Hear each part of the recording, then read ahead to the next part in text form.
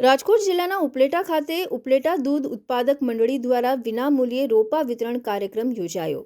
ઉપલેટા દૂધ ઉત્પાદક મંડળી હંમેશા માટે સેવાના કાર્યોમાં અગ્રેસર હોય છે, ત્યારે હાલ ચોમાસાની ઋતુ ચાલી રહી છે અને આ ઋતુમાં ઠેર ઠેર વૃક્ષ વાવોની કામગીરી ચાલી રહી છે।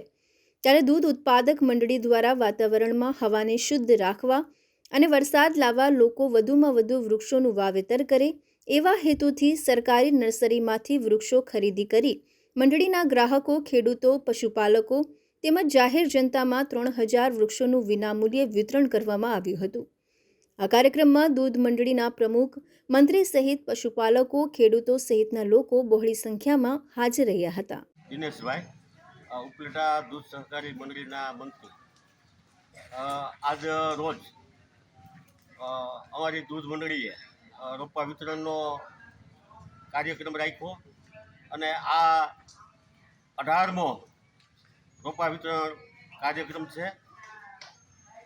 અમારો મુખ્ય હેતુ હવાને શુદ્ધ રાખવા અને વરસાદ લાવવા, વૃક્ષ વાવો અને ઉછેર કરો, આ સ્લોગન નીચે અમે આજે આ રોપાનું વિતરણ કર્યું છે।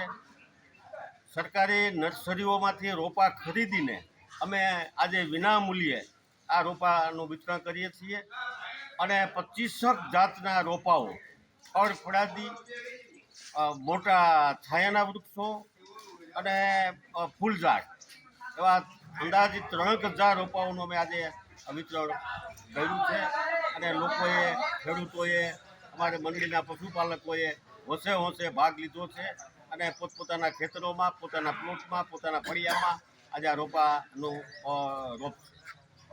અરસી આહિરનો રિપોર્ટ, તન્ના સમાચાર, ઉપલેટા।